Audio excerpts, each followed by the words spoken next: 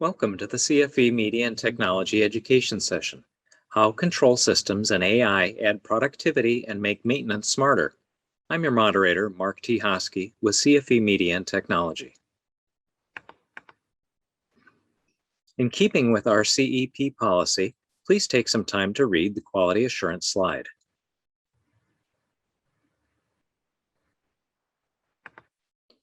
This session is designed for technicians and engineers who want to understand how recent advances in machine learning and deep learning techniques allowed us to build smart systems that leverage knowledge from operating data and simulation models at a rapid pace.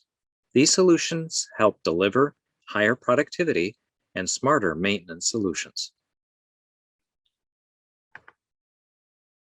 Here's a list of the learning objectives for today's presentation.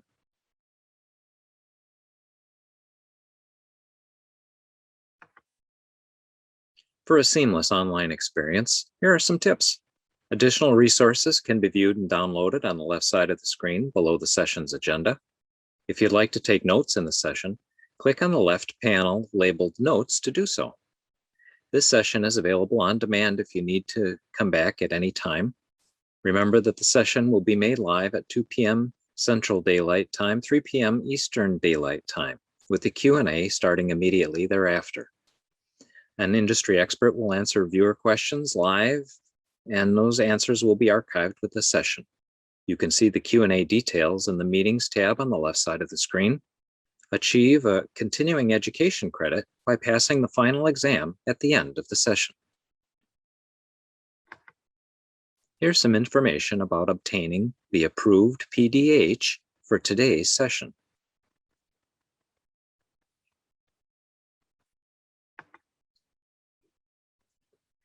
Teaching this session will be Prabhu Partha-Sarathi, Vice President, Intelligent Operations, Wood.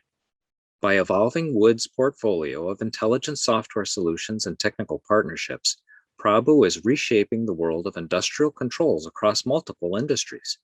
An industry and technology enthusiast, he spent more than 20 years' experience solving complex problems, leveraging physics and data. His driving purpose is to help clients with performance and create sustainable value for stakeholders by leveraging advanced technologies. Prabhu holds a PhD degree in mechanical engineering from the University of Houston and is currently based in Houston, Texas. Prabhu, please go ahead. Thank you, Mark. Thanks for the introduction. Appreciate being here. What I'm going to be talking about here is artificial intelligence, machine learning, and deep learning, and how they're being used for maintenance as well as control, modernizing maintenance and control in the field. I've got a few examples to talk about. I'll go through some basics before I get there. So in terms of artificial intelligence, what are we talking about here? You know, artificial intelligence is an area that's been there for about 50, 60 years. At its core, artificial intelligence is all about making machines think and act like humans. Now, our thinking is complex. It can also be simple. And in the early days of artificial intelligence, what we're talking about is essentially taking rules that humans follow and taking those rules and putting them into a computer or in some sort of embedded system to make a system follow a set of rules, and that's artificial intelligence at its core. It could be as simple as that. It could be fairly complex as well. And within the realm of artificial intelligence, you know, you've got machine learning, which is kind of a subset. And what's the big difference between artificial intelligence and machine learning is that here you're making the computer perform the task without humans doing much programming, and improving the task, you know, working on the task with experience. So learning on the go with the data and being able to implement that is what machine learning is. And within the realm of machine learning, there is another subset, if you will, which is called deep learning. And deep learning is a subset of machine learning. It's based on artificial neural network, where essentially the machine trains itself to perform a task And then we'll run through some examples to show what we mean by that. But that's essentially what deep learning is. And all of these are, in today's world, used at various levels in the realm of maintenance and control. Like I said, early AI development, worked through the 70s, the 50s, through the 80s, and then you got advanced mathematical modeling and come through, which kind of kickstarted the machine learning development. And over the last 20 years, with the advent of big data, really deep learning has become super important, and it's prevalent everywhere. So if you look at a lot of what, let's say I take the example of emails, where automatic sorting of emails happen these days when you use online emails, all of that comes from the experience that's been gained over the last 20 years of large data sets. And again, you can think of the application through various stages. One could be as simple as what we call robotic process automation. And all this is taking a set of rules, and where people do tasks repetitively, you take that and make a computer or machine do the same job, put the rules in and allow the system to do it. That's, at the heart is what robotic process automation is.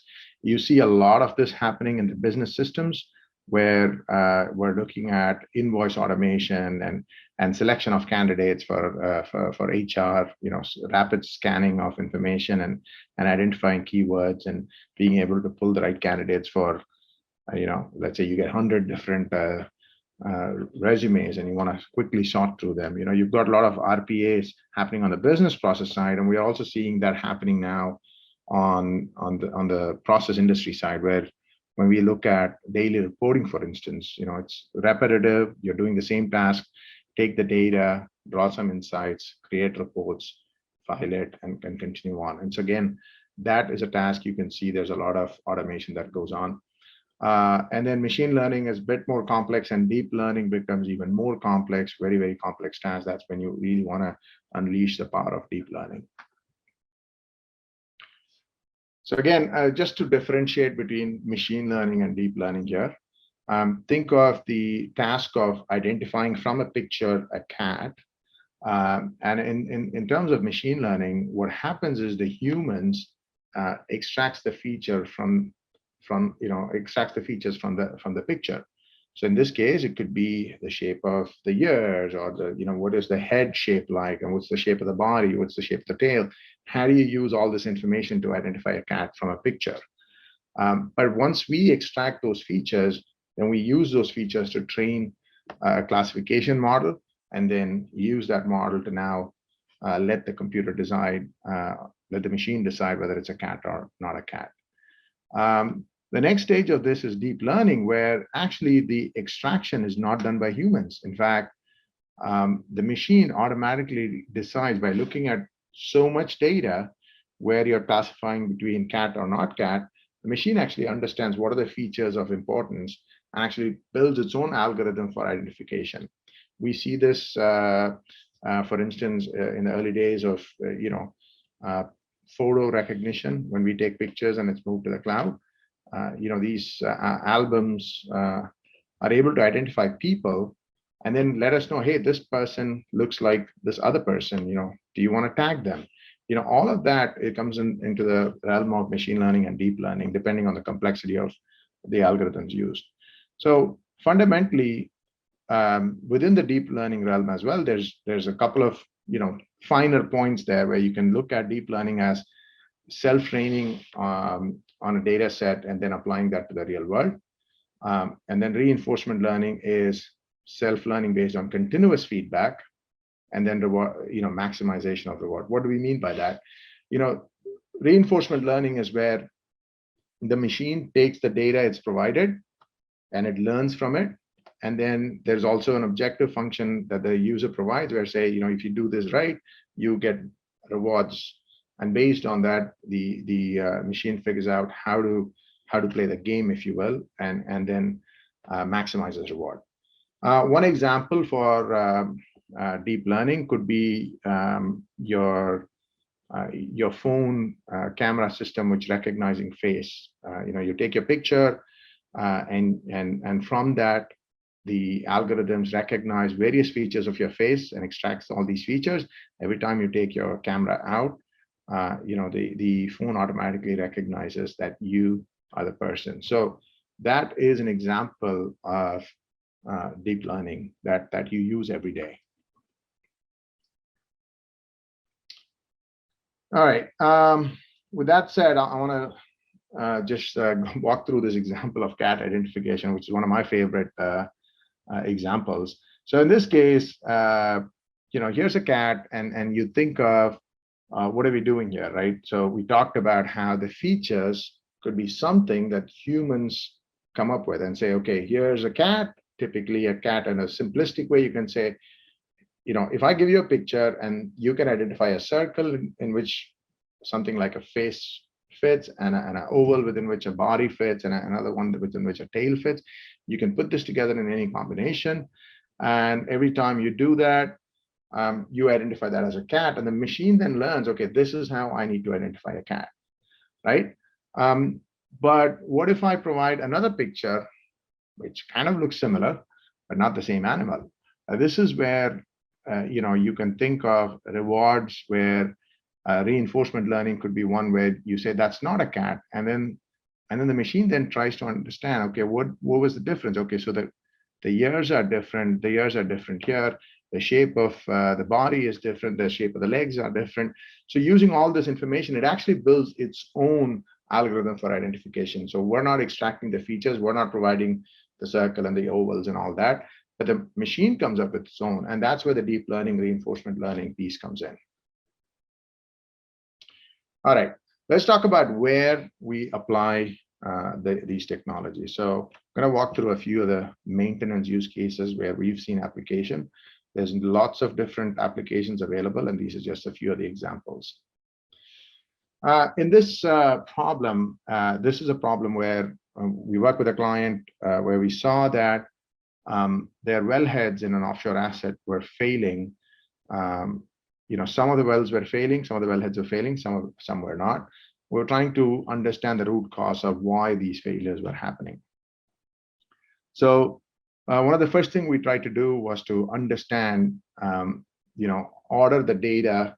And in this case, we're looking at essentially the manufacturing data as well as the installation information, and then trying to put together how many days have these wells been in service, when did they go online, and trying to put them together to see if there's a pattern here, and so you can see on the left is essentially when these wells went online. On the right, you can see the duration of operation. And realistically, we didn't find any pattern. Some wells failed early, some wells, failed. One of the wells failed quite late. The red line here is really where, those are the failed wells. And you can see that this well, for instance, took much longer to fail than the other three wells, but the same well actually was installed around the same time the other well was installed. So there was no real pattern to it. But again, you can think of this as feature extraction. The humans did this, and this is a pure machine learning problem where we took the data, tried to understand, took the features and said, okay, look at this feature, look at that feature. One of the features is how long was it in operation? The next thing we looked at, and this is one of the changes that's happening in the industry, is being able to pull together multiple data sets. So not only are we now looking at the failure data, which is typically not available in the real-time system or the design data, but also look at real-time data. So now we're taking the real-time information of the pressure, temperature, range of operation, and looking at how many days did each of the wellhead operate in a zone of danger, if you will. And by that, we define high temperature, high pressure range. How many days did wells operate in this range, and trying to understand based on that whether there were some wells where you saw operation that was really long-term operation in what you call the hazardous zone. And what we saw was that a number of the good wells did not operate in as many days of dangerous hazardous zone, if you will. So you can see on the left are the wells that did not fail.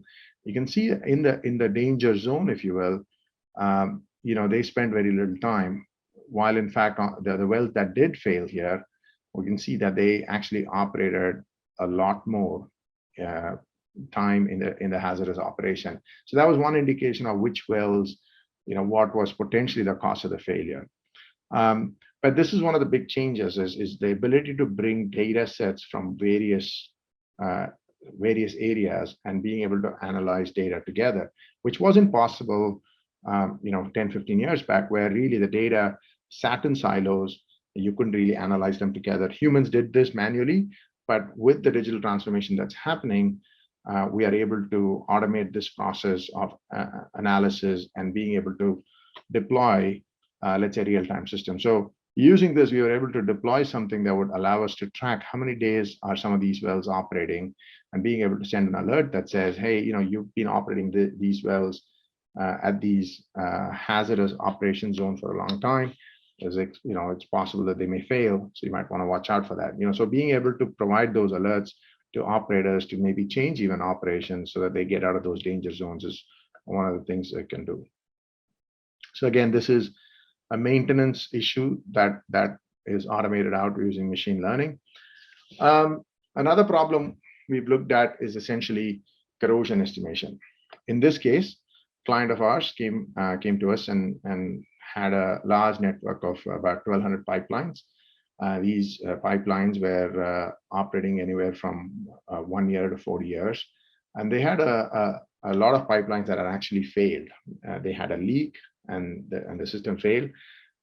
And what they had to decide here was running a maintenance operation, all of these pipelines. So to run a maintenance operation here, they have to send what is called a pig to look at intelligent pigs to send through the pipeline so they can track the diameter reduction inside the pipeline, so to take preventative action. When I have 1,200 pipelines, I'm trying to understand how do I do this effectively, where I'm prioritizing the most likely pipelines and not putting it in pipelines where it's less likely to have failures. So it's a massive maintenance operation, but I certainly want to prioritize my maintenance, and I don't want to go randomly pick the first 100 pipelines and go start doing it. So because then I'm going to increase my chance of failure from the most likely to fail as well, because it's a long-term operation then.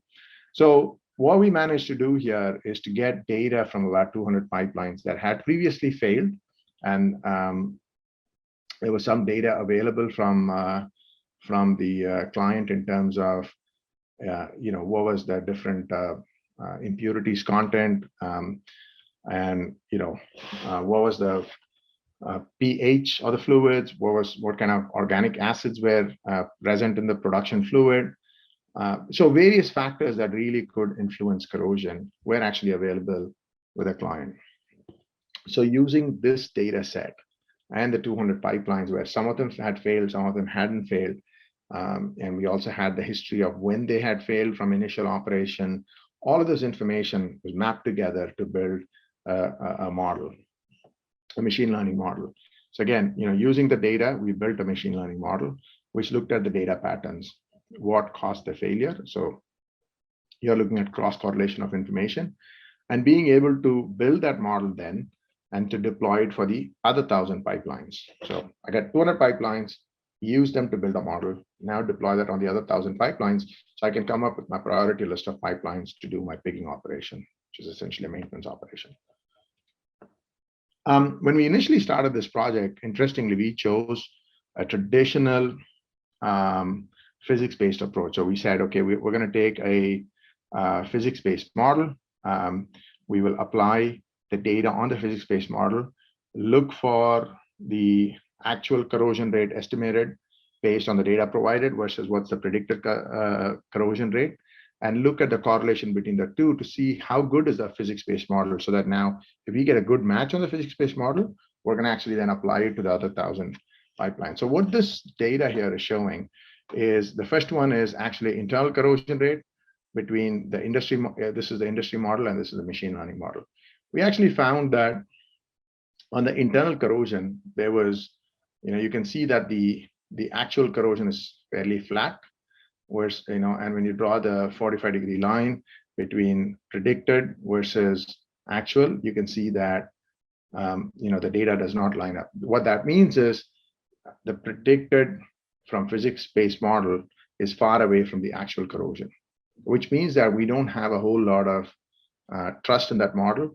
So you can see here the mean square error, which is a way to estimate the how good a model is. We found that the industry model was 0.65. The mean square error for the industry model is 0.65, which is a high number. You want it as close to zero as possible. But when we built a machine learning model, which is called an SVR model, the number was down to 0.18, and then the model inconsistency was also down to 0.1. So there was much better trust on the internal corrosion prediction of the machine learning model. You can also see there's a pattern here where you could apply a factor of, as long as the model is consistent, you can always apply a safety factor on the prediction. And then that safety factor would allow you to come up with, better prioritization. So we could see that the model prediction, even though wasn't, within a 5% error, there was still consistency in the prediction that allowed us to then add a safety factor and to come up with a prioritization. Same thing for external corrosion. The industry model was far off, while the machine learning model was much, much better in terms of consistency and the mean square error that is predicted. So in this case, we found that the machine learning model is a much better fit than a traditional physics-based model approach. And that's one of the clues is a lot of times what happens is that physics-based approaches don't work because there are factors that are extraneous to the assumptions that go into a physics-based models. And these extraneous factors may have a big impact. And if you're not considering them in the model, you're not going to have a good correlation between the model prediction and what happens. And this is where machine learning becomes super important, because machine learning, you're just feeding a bunch of different factors. And in a physics-based model, sometimes you're going to degrade the importance of a certain factor. But in machine learning model, it's going to search for the patterns and try to identify the correlation of that particular parameter to the outcome. And if it finds a pattern that says it's actually strongly correlated, it's going to use it. Physics-based models, you already pre-designed it and it may not use it. So it's not to say that physics-based models aren't useful. I'm myself a person that's been doing this for 20 years. But there are certainly certain weaknesses in physics-based models that machine learning models plug. And you got to choose the right kind of problems where you want to use machine learning models. This is another example where, we were looking at a scenario where it's a gas plant, and we at the facility, we were seeing that due to the dew point breach, we were tripping the plant. Initially, we tried to model the production fluid that's coming into the plant with traditional process software, using traditional process models to come out with a prediction of when the dew point breach was occurring, and try to understand if you could have a root cause analysis or a model that what's happening in advance. We can use that to see if we can predict the failure in advance and take action on it. Unfortunately, no matter what we did, how much we adjusted to the physics-based model, we were not able to get a good match. And in this case, again, what we did was deploy machine learning algorithms, and the algorithms were able to understand what was causing the failure. Now, there's also machine learning models do allow you to also interrogate the model to understand which part or which variable in the data actually has the biggest impact in the prediction. When that then tells you what the root cause is as well. And, obviously, this is where you combine domain knowledge with machine learning models to really get more value. But in this case, we were able to predict with a much wider net of data than the physics-based models to understand when failure was occurring, which then allowed for extra lead time. Essentially, when you deploy a real-time system based on this model, you get, the operators get more time in advance warning of the failure, so they can take preventative action so that the failure, doesn't happen. So these are some of the examples where we can utilize machine learning for maintenance activities. All right, with that, we will now move on to some of the control problems. I'll run through some basics of controls, and then we can look at what kind of problems we've solved. So A lot of you know about, typical control strategy. The oldest is the open loop control, which is simple, where you come out with understanding of the problem and design certain control strategies, and you program that in. The problem with open loop control, obviously, is there's no feedback. So if you come out with a certain idea of what the system reaction is going to be to certain variable changes, but in reality it changes differently, there is no way to go back and adjust it. So there's no feedback.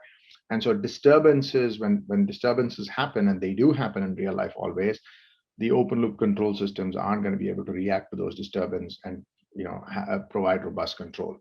And this led to the invention of the closed loop control, or the PID control, which has been in operation for a long time now. Obviously there's a feedback loop here. You're trying to minimize an error, and the PID control has been robust, and has been robust for a long time, and it's tried and tested, and it's provided a lot of value for a long time. The only problem with PID controls is that they're not going to be effective for complex processes with so many different factors or parameters influencing the process. You can have more complex PID algorithms, cascade controls and whatnot, but still, when you have a wide operating range with lots of different parameters impacting the process, it's kind of hard for PIDs to offer the same kind of control. And this is where what we call as model predictive control came into being. Model predictive control essentially uses a physics-based model of the system, and coupling that with a control strategy allows you to then take a advanced prediction of what's going to happen and uses that to then control the operation. So one of the great areas where MPCs can be used are systems with long kind of buffer time. So you make one change at some place, and the impact of that change takes many hours. Those kind of areas, model predictive controls offer great value. And the reason is because you actually can predict what's going to happen over the next few hours with a model, and effectively start controlling in advance of that change, the impact of the change. There's not a whole lot you can do on the PID side with that. The big problem, obviously, with model predictive control is that the model needs to be in sync with reality. Like I said, there's a lot of extraneous factors that happen in the field, and a model predictive control needs to adapt. And usually that adaptation is done by humans, to tuning, periodic tuning of the models. What if you have instrumentation failure? So one of the things that model predictive control depends on is instrumentation data. But if instruments fail, you've got to have a system that's very robust, can take that and still be robustly delivering the feedback to the operations, or closed loop control that's needed. So this is where MPC is not, I would say, as resilient as, let's say, today's day and age. You've got reinforcement learning. The thing with reinforcement learning is that it can adapt to a wide range of operating conditions. Also, because you kind of use it's a deep reinforcement learning where you already come up with a model for a wide range of parameters. What you're doing there is having an understanding of the entire range of operations, so you can quickly hone in on the solution, while the simulation model predictive control may take longer to get there. Obviously, this then requires that the reinforcement learning model will require pre-training. You've got to go through the process. So there's a longer time period potentially before you can implement a solution like this.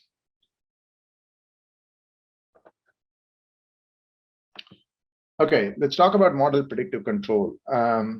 I've talked about PID and open loop, and I think there's a little bit more simplistic, and there's not a whole lot of time to spend. But PID control essentially uses what is called proportional integral derivative term. It's mathematical.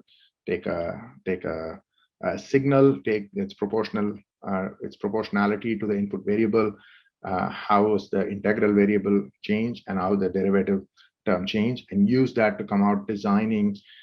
You design a controller on that basis. Now, I'm going to talk about the other two, the more complex systems here. One is the model predictive control. One of the places where we see a lot of application of model predictive control is where I said there's big time lags between input change and the input change and an output change. One of the areas you can think of is a long pipeline. Sometimes pipelines have long transit time. So an inlet gas, let's say it's producing gas, the transit time for a gas from the inlet to outlet could be several hours, which means if I make a change at the inlet, and because these pipelines only have measurements typically at the inlet and outlet, for you to see the impact of that change, it may take several hours. In this case, how do you continuously control the system? Because you don't want to wait several hours before the next control action takes place, which would then mean that you're probably way out. By the time you can make the change, several hours have elapsed and you've lost control of the system. So, here model predictive control is hugely useful because you can make that change very quickly. So for a pipeline system, typically you've got measurements only at the inlet and outlet. You're not having a lot of sensors around. Your fluid composition, typically, let's say an offshore system, is assumed. You don't know what's coming into the pipeline. When you look at offshore systems, nobody knows exactly what composition of fluid is produced. It's all assumed based on predictions from reservoir models and whatnot. But in reality, these are unknowns, so you've got to adapt for these kind of changes. And also the systems are very dynamic. You may have one change cause multiple changes. There could be multiple solutions. So you could have, for the same pressure and temperature condition, you could have two different solutions. All of these complexities make it very difficult to solve with anything other than model predictive control. And again, within the model predictive control world, there are different levels of models. You could have simplistic, what is called lump models. They offer a certain level of fidelity, accuracy, if you will. There are certainly, for something like heat transfer, a lump model is perfectly fine. A lot of models actually use that. A lot of solutions use lump models. You could have 1D models, one-dimensional models, where you're only looking at changes with respect to one dimension in space. Or you could have much more complex 2 dimensions or 3-dimensional models. It really depends on the problem you're trying to solve and the complexity of the problem. Obviously, the complexity also means the compute goes up. So the lump models are much faster to solve. 1D models are a little more complex than lump models and take a little bit longer to solve. Obviously, 2D and 3D take much, much longer to solve. So if I'm looking at a control problem that's very, very rapid, I'm certainly not going to go for a 2D, 3D modeling system. I'd rather go for a lumped or a 1D model. So it really depends on factors such as the accuracy requirement, how quickly is the control action required. All of these will then determine what type of model you choose to solve your problem. Just to give you an idea of what kind of what type of problems a model predictive control solves for a pipeline management system, I've listed a few of them. There's a lot more that it does. I'll just to give you an example, is one of the ideas is what we call as cool down advisor. Again, typically pipeline systems use 1D model. In this case, a cool down advisor is something that advises operation how quickly is the pipeline going to cool. And there are certain reasons why operators would need it. For instance, if they have to take any preventative mitigation action from ice formation or hydrate formation, they'll need to know this information so they can do the right amount of chemical dosage. And for that reason, they would need to have feedback from the system as to what's happening.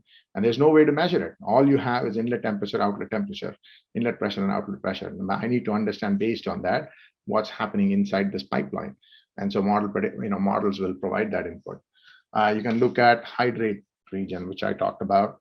Depressurization advisor, the rate at which I depressurize a system will impact the temperature that the metal gets to, and there are the temperature could have a big impact on whether that gets brittle and fails or not.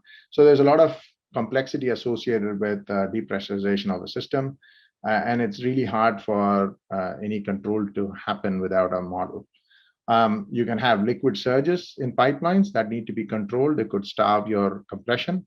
Again, that can be predicted with models. Startup, any kind of change of operation from one state to another, models can provide good value in providing control on those changes. Compressor optimization, gas lift optimization, and I'll come to gas lift optimization because our example I'm going to show is really a gas lift optimization case. And then active heating. So a lot of pipelines these days that are built do have electrical heating, and being able to understand how much electrical heat you need to put in is something that models can deliver. And then chemical dosage as well. When you put chemicals into the pipeline, how much chemicals do I need to put in?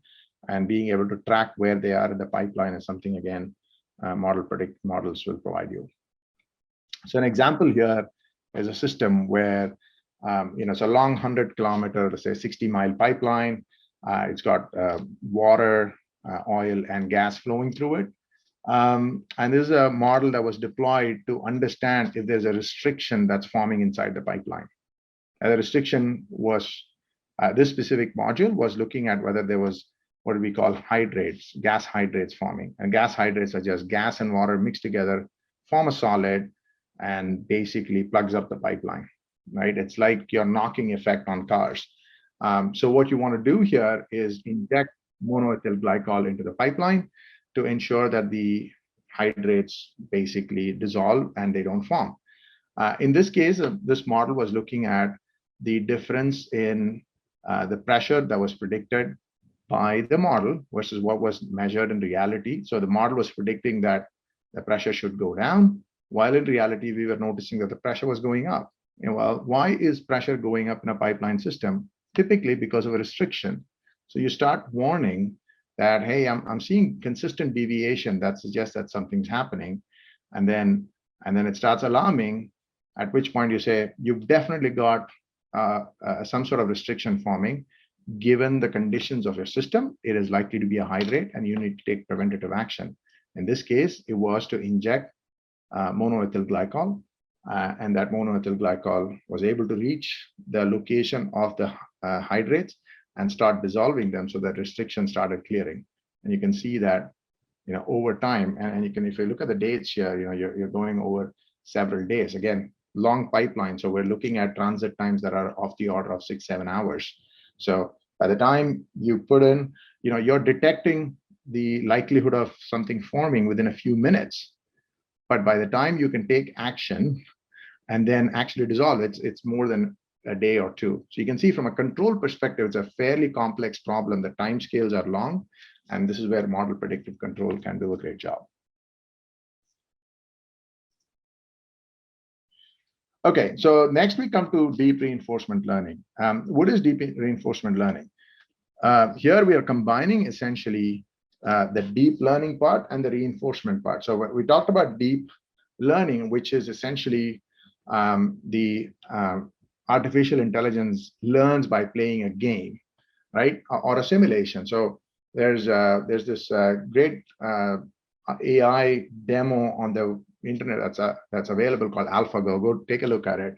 But essentially here, the AI played the game so many times, so it's almost like playing chess, right?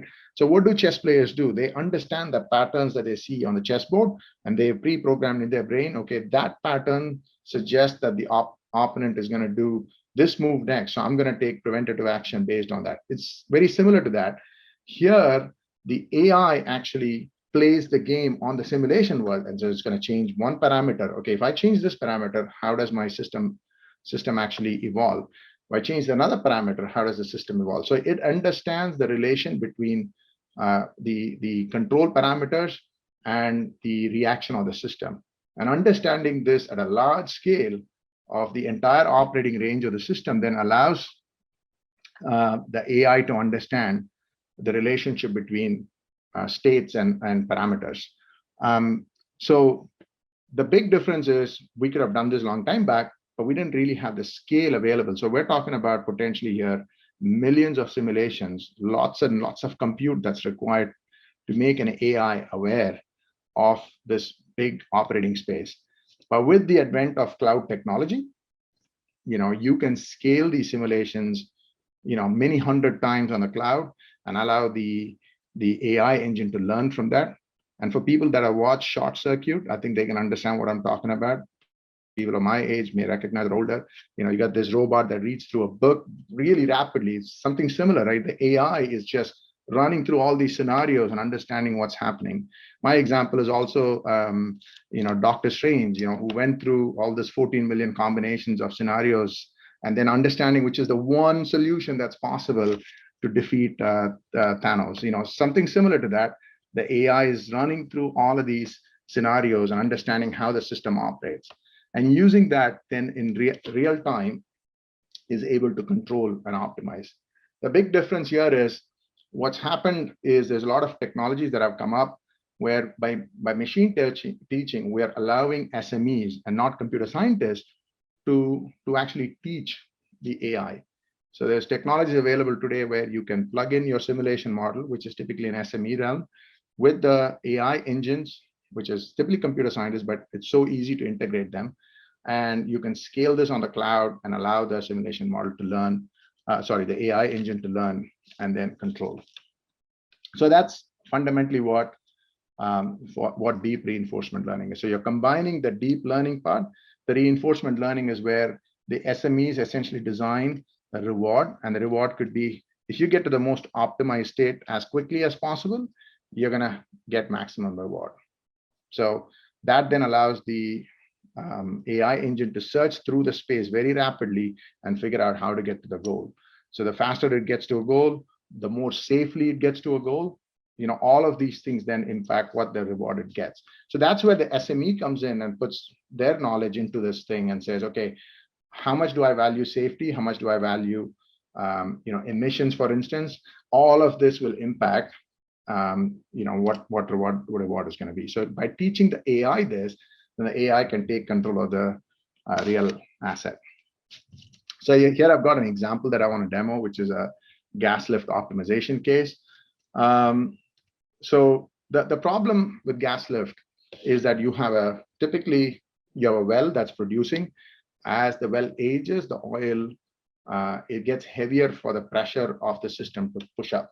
So typically what happens is companies put gas into the well to lighten the fluid. So you reduce the density, you reduce the hydrostatic head, and that's then the system is able to push that through.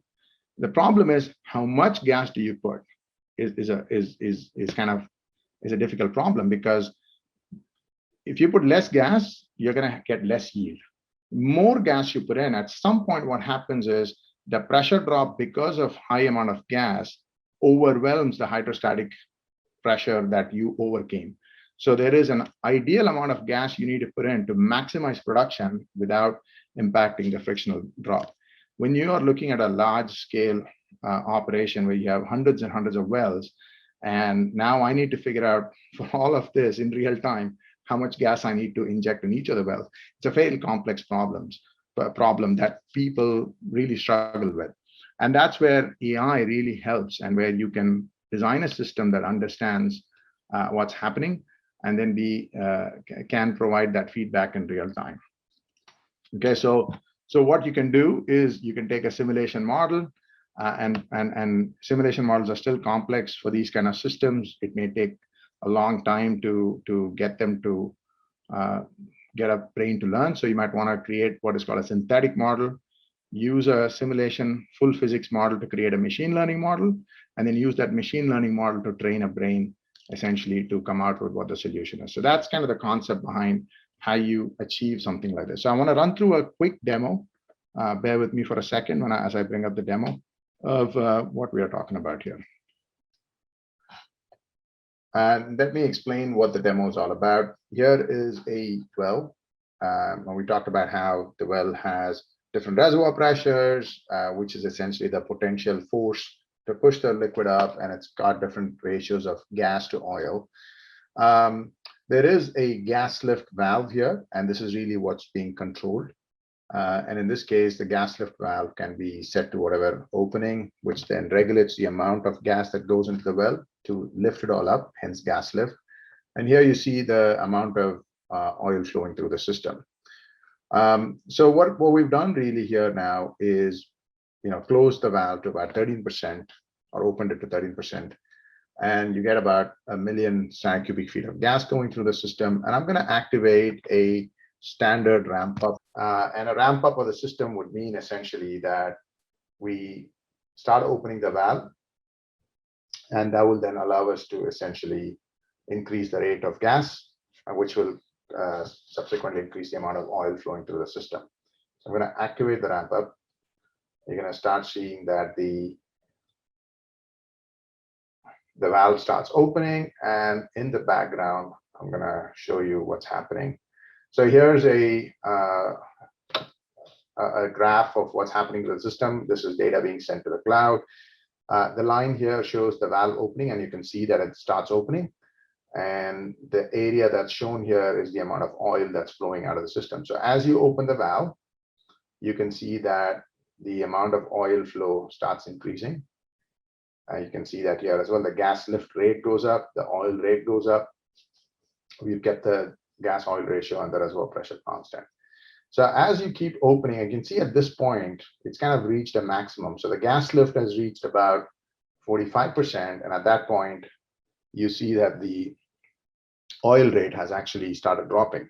This is exactly what we were talking about. So there's a balance between how much gas is needed to lift the oil versus too much gas, then that causes higher frictional drop, and actually your production decreases. And so this is a problem in a large field with thousands of wells.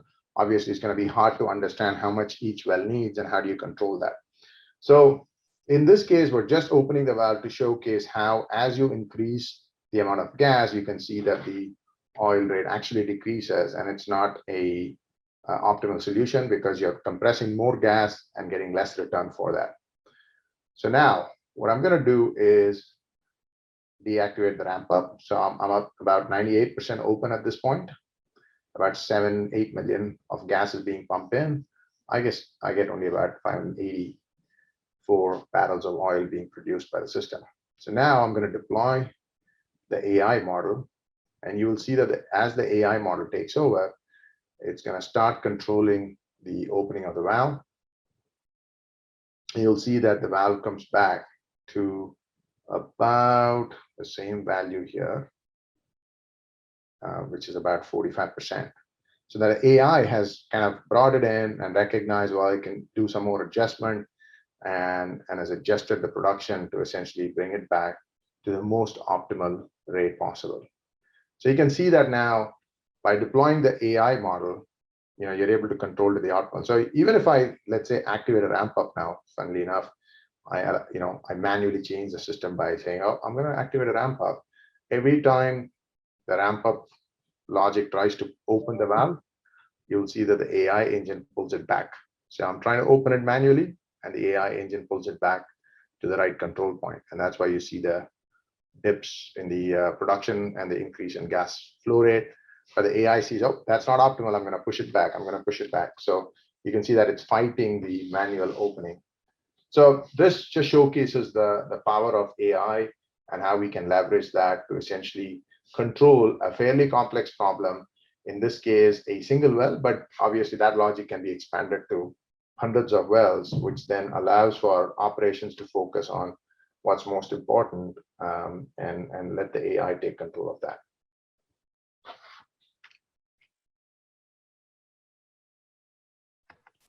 With that, my talk is over, and I'm here for answering any questions you may have. Thank you. Thanks, Prabhu. Great information, and I enjoyed the demonstration as well. Now we have some time for questions and answers. Questions were from registrants and from the instructor and moderator of this course. Here are a few reminders about the course. I won't go over all of these, except to say that if you'd like a continuing education credit, you'll need to pass the final exam at the end of the session. And now we'll get on to our questions for Prabhu. Here we go. Are there practical differences between artificial intelligence and machine learning? Can you please explain? Yeah, I mean, like, one of the slides I'd shown initially, obviously artificial intelligence encompasses a lot of different types of solutions. It could be as simple as, just applying, established rules and putting that into a logic and getting a automated system to execute that, you can call that artificial intelligence. But machine learning would be where you're typically taking data, learning from it using models that have been developed over the last 30, 40 years, and then using that to then apply that to solve a practical problem. So machine learning is a kind of a subset of artificial intelligence, but artificial intelligence covers a lot more area. So control and maintenance systems are usually separate. Is AI helping them to help each other? Absolutely, and this is a big trend that's going on. I would say it's not AI that's helping it; it's the digital transformation that's helping it, and AI is then being leveraged to actually bring value. So you can say that as the data systems become more integrated and can talk to each other, so that could be standardized data models for maintenance systems and controls, and actually you can recognize. So what do I mean by that? For instance, if I pick a pump and there's a tag in the real-time system, which is what is used by the controls, for instance, but I can also track its design, its maintenance records, and all of that using that one tag. So that's single identifier. Historically, those were separate databases and it was kind of hard to follow. By bringing that together and being able to follow that together, now we can actually look at data more holistically. And you can look at what is the impact of my last maintenance on my performance, or are there some signatures there, if you will, on the process data that impacts maintenance as well. And you can look at all of these things and do smarter maintenance and smarter optimization. So I think bringing the data together is helping us apply AI to the data and then get more value out of it. Very good. Do things have to get more complex before they get easier? Give us some hope that AI will help maintenance within a few years. Yeah, that's a good question. Yeah, I mean, look, of course, things have to get a little bit more complex. What do I mean by that? When you're bringing together different data sets, it's not a simple task, right? And this is where I think a lot of digital transformation projects, get stuck. It's like, what is the value you're trying to get, and what do I need to do to go along that journey? And obviously, that requires investment in terms of manpower, in terms of the time spent in understanding the data to bring them together. Obviously, cost as well. But there's value at the end of the day, but you need to understand what problem are you trying to solve. And there is a journey of bringing all the information together to then derive value from it. So yes, it is going to get a little harder, but as long as you know the value statement and what you want to drive out of this transformation that you're working on, you can get value. Put the data together, then use the AI, and then derive value from it. This ties to the demo perhaps, but explain why and how process simulation helps AI to improve controls and maintenance. Yeah, I mean, I've given a few examples, I suppose. Like I said, one of the key areas is the disparate data systems coming together. Gives you more knowledge, and you can use more knowledge to drive better efficiency. Be it more a smarter maintenance. So you go from being doing periodic maintenance to predictive maintenance to prescriptive maintenance. What's the difference? Periodic maintenance is just continue doing that at every 3 months somebody comes in, fixes things. That's periodic maintenance. Predictive is actually you're looking at the data and then saying, well, I'm going to start doing maintenance because I see some deviation happening. That's predictive. But prescriptive is actually then understanding that deviation is caused by this issue potentially. And I've seen that historically that those two are correlated. So not only am I going to fix, do some periodic maintenance here, but I'm actually going to fix the cost that's causing this so that I don't have a catastrophic failure in the future. That's prescriptive maintenance. So, that is possible through AI and machine learning. And obviously I've given some examples on what can be done in terms of controls and optimization as well. I like the graphic that showed how the models were representing or not representing the real process. Are there certain types of applications particularly suited to AI use? Like I said, first thing would be where it's purely data driven. There's no physics-based model. So this is where maintenance, right? Maintenance is done through intuition. People learn on the fly, like over the years they've learned. There's intuition that kicks in. you can actually translate that to AI. Where there is physics-based modeling, sometimes people, there's a lot of questions, why should I? Because I've been developing physics for a long time and I understand physics better than AI, why should I use it? My argument there would be, yes, you're right. However, real world is not always obeying the laws of physics that you've considered in your system. There's actually other physics that's happening. And the classic example that, for fluid dynamicists, it's an interesting one, is, 150 years back when the laws or the discovery of when flow becomes turbulent was discovered, there was less ambient noise. So it was harder to get it to that point. Today, you may find that actually ambient noise itself causes flow to become turbulent at much lower Reynolds number than ever before. Or it's very, very hard to maintain that kind of balance for a long time. So, the point there is being that ambient noise is physics. You may not consider it when you write down your equations, and it actually has an impact on what happens on flow. So the point is, those kind of factors are hard to capture through pure physics-based simulations. That's where having extra sensors, what I call it extrasensory perception, is by including extra sensors that say monitor noise and thermal imaging from outside, and all of those factors could be considered now. It could be weather related. You could take weather into account and include that in your data, and so that then drives better value. So that's where you can use AI. Even if you have physics-based modeling, AI can enhance that. So you've answered part of this, I think. How does AI differ from a control loop where a process senses, decides, actuates to improve, and then repeats? Yeah, I mean, like I said, it's the evolution of the control loop, right? I mean, it is part of the control loop. It's just an evolution. You can, you don't have to, obviously, a PID has been very robust for a long time. I'm not sure that a PID is always going to serve as the backup to higher level controls. You still have the fundamental controls, regulatory controls that are going to stay there, and AI and MPCs all usually sit on top. There's a lot of move towards embedding AI at the edge, which means, in the control itself. I think we're a little far away from that because people are always worried about black boxes and the day that Terminator takes over the processes, right? So, we'll have to wait and see when that evolves. So what advice can you offer to those wanting to improve and optimize controls and maintenance using AI?